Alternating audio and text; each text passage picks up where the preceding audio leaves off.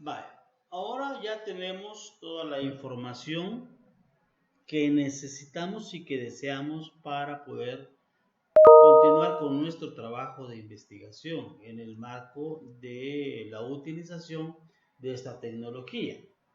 Porque hasta ahora lo que hemos hecho sencillamente ha sido diseñar un cuestionario en una forma tal que pueda ser enviado a unas unidades muestrales, de quienes ya conocemos quiénes son, dónde se encuentran, tenemos sus correos electrónicos o la hemos puesto de libre acceso en alguna red social para que cualquiera lo pueda llenar, o se lo hemos enviado directamente a algunos amigos, etcétera, y que han dado la respuesta. Este cuestionario, una vez que está lleno, se va armando de una sola vez en términos de la respuesta con gráficos estadísticos. Y si yo quiero tener tablas estadísticas, entonces bajo, la, bajo las respuestas en un Excel para poder manipularlo, ya sea desde Excel mismo, contando uno por uno, o desde el SPSS. Y así puedo seguir manipulando. Entonces, ¿qué pasó con esta investigación? Con esta investigación nos dimos cuenta que Forms no me permite bajar los gráficos. O sea, Forms no me da chance para bajar los gráficos. Y como no me da chance para bajar los gráficos, tuvimos que bajar todo de una sola vez para poder contar con la información que nosotros necesitábamos, pero manipulándola casi artesanalmente para poder tener algunos resultados que pudieran ser puestos posteriormente en diapositivas. Y eso fue lo que hicimos, trabajarlo un poco a mano con diapositivas. En algún momento lo metimos todo dentro de un archivo de PowerPoint. PowerPoint ya, bueno, es más manejable y da chance también para que uno pueda hacer una exposición presentable. Esta exposición presentable nos sirve para poder hacer la difusión de nuestro trabajo. Entonces, de alguna forma esto no está funcionando el tema de las diapositivas. Vamos a ver qué pasa con esto. Pero nosotros abrimos las diapositivas y a partir de ello pues las presentamos o las organizamos en una sola presentación. Esta parece que tiene un pequeño problema y eso es porque lo que estamos usando para poder abrirlas es un programa que a mí no me gusta, que viene con el Windows 10. Vamos a pedirle que nos abra las diapositivas con otro programa. Vamos a ver, abrir con, y aquí le vamos a pedir que me lo abra con visor de fotos de Picasa, que es un poco mejor, y ahora lo tenemos, ¿verdad? Ahí están las diapositivas que usamos para poder trabajar esto. A un momento teníamos 383 unidades de análisis cuando hicimos esta presentación, pero como ya vieron ustedes, tenemos 436. Una muestra no estratificada de la José Matías Delgado Don Bosco, Luterana Pedagógica UTEC y UCA. Un modo de administración, Google Forms, volitivo. Volitivo quiere decir la gente responde voluntariamente, si quiere responde, si no quiere no responde. El periodo de recolección de la información, 27 al 29 de abril. Y luego vienen las diferentes diapositivas, ¿no? Que están así ya expuestas, de manera simple, que están básicamente cortadas del Google Forms en su pantalla. Esta es la presentación, esto que voy a entregar ahora mismo es la presentación en PowerPoint. Ya esto ya es un poco más, vamos a decir, un poco más elaborado, en realidad un poquito más elaborado, porque ya tenemos entonces la investigación que utiliza más o menos lo mismo, tiene un archivo de audio también, ¿verdad? Este archivo de audio debería tener un archivo de audio que no suene. Este archivo de audio debería haber hecho la introducción a la investigación y ahora digo yo que lo tenemos teniéndolo ya así en nuestro PowerPoint, pues le da un poquito de más elegancia al asunto y tenemos la respuesta. El asunto. Pues, Va, esto no es suficiente. Esto no es suficiente, o sea, esto es una presentación de PowerPoint. Es eso, Pero esto no es el resultado final de la investigación. Esto solamente recoge la información, los datos y lo presenta en PowerPoint. Y hasta ahí llega, ¿verdad? Entonces, ¿qué hacemos nosotros? Bueno, fíjese que lo primero que hacemos es que tratamos de encontrar las explicaciones que tiene cada uno de los gráficos y de los cuadros.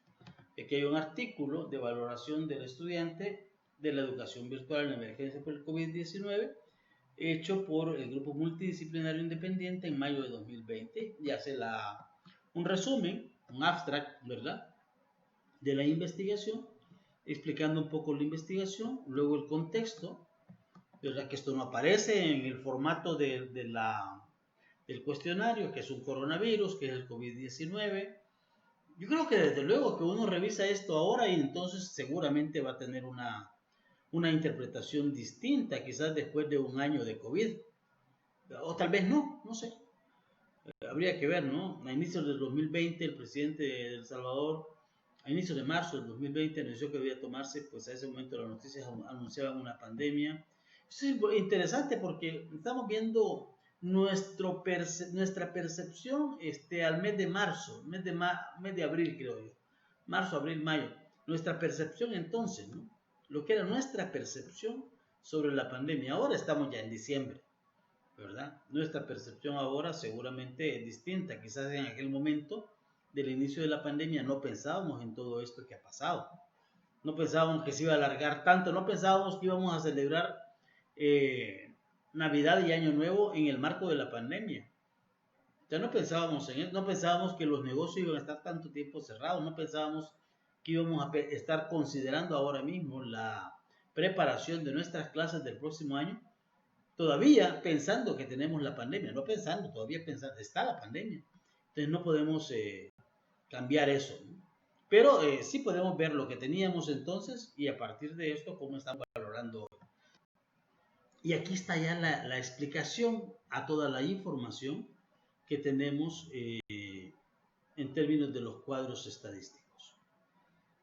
Esta explicación nos ha servido a nosotros para poder ir entendiendo. Este es un artículo que tiene 9 páginas. 9 páginas y con estas 9 páginas, pues yo creo que la discusión que tuvimos en ese momento fue importante para poder entender a nosotros mismos y hacer comprender a otros qué estaba pensando el estudiante. No era, fíjese que yo creo que, no, teníamos un trabajo de investigación, ¿no? Apenas una cuarta parte de los estudiantes universitarios tuvieron previamente una experiencia virtual. A ellos, el cambio abrupto de lo presencial a lo virtual les afectará menos. Debe pensarse como una introducción a lo virtual a futuro, que los pensum consideren al menos una asignatura de esta modalidad en los primeros ciclos, pues el escenario apunta a que se pondrá énfasis en el mundo en la educación virtual. Este asunto incidirá, bueno, ahí está toda la explicación que hacemos, este equipo de trabajo, sobre cómo mirábamos todo el tema de la educación virtual, los problemas de la pandemia, etcétera, ¿no? Y ahí tenemos el artículo con algunos gráficos estadísticos que hemos puesto acá, pero no tenemos todo.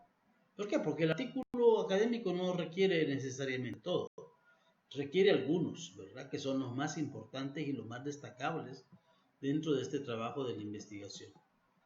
Y luego, pues, cerramos con las referencias posibles que deberíamos tener siempre para poder hacer ciertas análisis, ciertas comprensiones, cierta manera de entender los datos. Y ahí tenemos ya el artículo final. Este artículo final, obviamente, se entrega para su publicación. Una manera de publicarlo es de forma independiente o entregando a las instituciones educativas de educación superior, que es lo que hicimos, para que ellos pudieran usarlo. Bueno, puede ser que nos dieran créditos o que no nos dieran créditos, que dijeran, mira qué bonito el trabajo, o pudiera ser que no dijeran nada, ¿no? Bueno, en el caso nuestro sí dijeron, mire qué bonito el trabajo, ¿no? Pero quiero decir que nadie nos pagaba nada para hacer este trabajo, pero tenemos digamos, la satisfacción de haber hecho un trabajo que tenía utilidad. Una vez que lo tenemos en Word y esto, Podríamos haber agregado más, hacerle un diseño simpático, no hicimos eso. Lo único que hicimos fue entonces con el formato de Word transformarlo como lo hacemos a diario, lo hacen ustedes a diario, lo hacemos nosotros a diario, transformarlo entonces en un archivo PDF que ya no es manipulable, bueno, siempre es manipulable, pero ya no es tan manipulable como podría haber sido. Esta es la manera de poder hacer trabajo de investigación siguiendo la investigación cuantitativa a partir de foros. ¿Dónde se encuentra lo cualitativo en ese trabajo de investigación? Bueno, el grupo que trabajamos en esto teníamos la posibilidad de hacer discusiones y obviamente somos expertos en el tema de la educación. Quiero decir, no lo digo de manera ampulosa, quiero decir que todos somos educadores, por tanto trabajamos en esto desde hace mucho rato, unos más que otros. Eso nos dio chance para poder hacer explicaciones e interpretaciones.